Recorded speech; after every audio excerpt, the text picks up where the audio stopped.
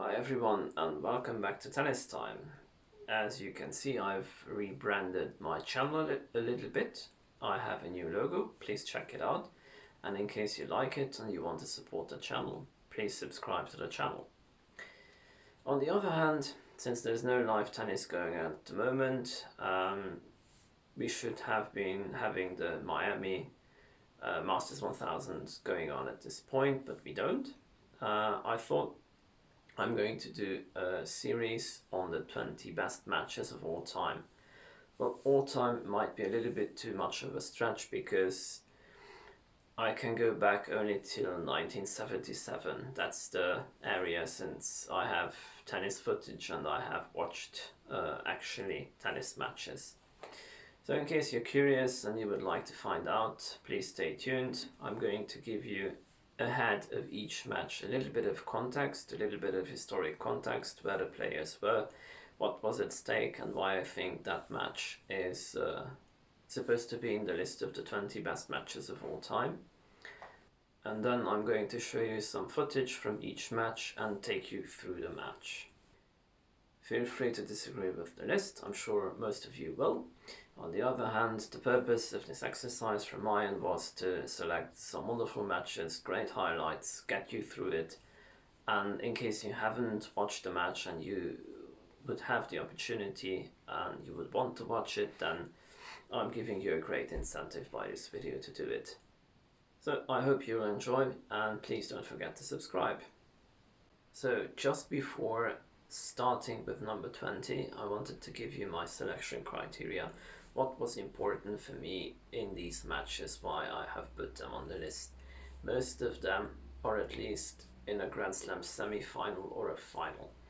Normally the stakes are the highest in situations like that, and those matches can be really more dramatic like than any other match normally. So most of them, as I said, are part of a Grand Slam semi or a final.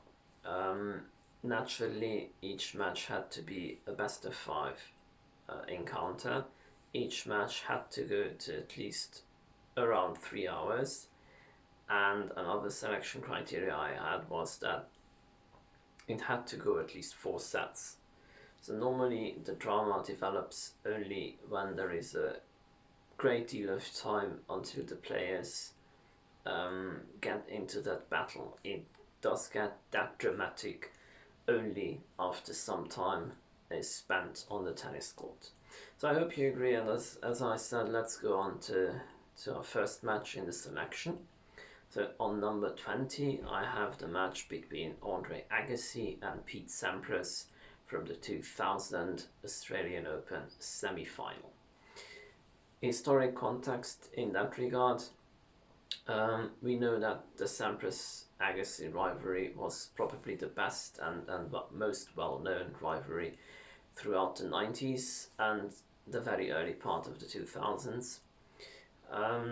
They've played 34 matches against each other. Sampras has the edge, has won 20, and Agassi has won 14 of those matches. Prior to their encounter at the Australian Open, which is in January in 2000, in 1999, they've played 5 times, 4 times Sampras won, only once Agassi, and those are big matches. Sampras has won the Wimbledon final in 99, thrashed Agassi, and that's a match where he was saying that he probably played his best tennis ever in a tennis match. And he's really swept Agassi away from the court on that particular day.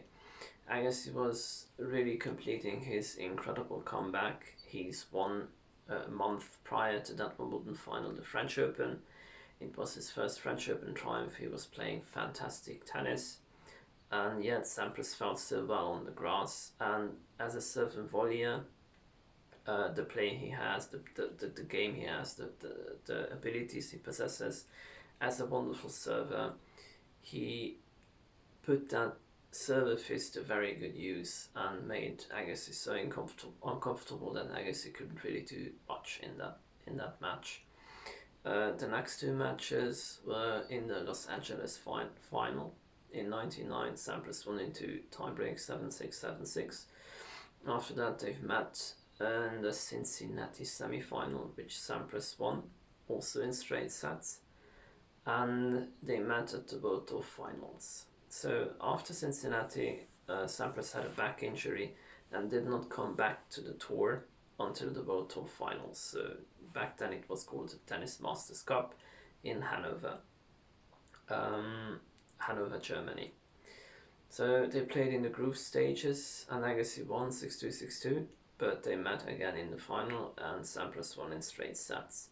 So by that time, even though until 1999, you had the impression that the Agassi-Sampras rivalry was quite equal, in 99, by these victories, Sampras sort of seemed to have an edge on Agassi. On the other hand, Agassi was always feeling quite comfortable on the hard courts of Australia. So in conclusion, Agassi wins the 5-set thriller, although he went into the match as the underdog. Basically, as a wrap-up of the match, although Sampras was the one first as having 3 straight break points, did not manage to take them. Agassi saved them all, and in the very next game he's broken Sampras' serve. That one single break in the first set was enough to win him the set, 6-4. In the second set, Sampras came back strong, and he was the one this time who managed to get one single break, which again was enough to take the set, 6-3. In the third and fourth set, there was no single break in the entire 2 sets. Both sets went to tiebreaks, Sampras winning the first, 6-0.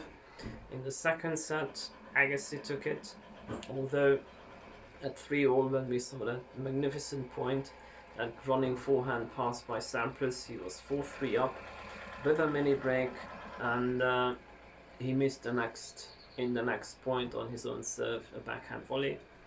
And at 5-6 down, serving in the tiebreak, Agassi has taken the set. That was the turning point in the match, since Agassi was the one who was a little bit fitter, and the fifth set went quite quickly away from Sampras. Agassi has broken him twice, although up until to that point in the entire 4 sets there were just 2 breaks, one by each player. It was a clear sign that Sampras wasn't really there physically. Nonetheless, this shows amazing, great fighting abilities from Agassi. So I hope you enjoyed these highlights. I enjoyed making them, and stay tuned to watch out to find out which match is going to be on number 19. Don't forget to subscribe, and thanks for watching. See you next time.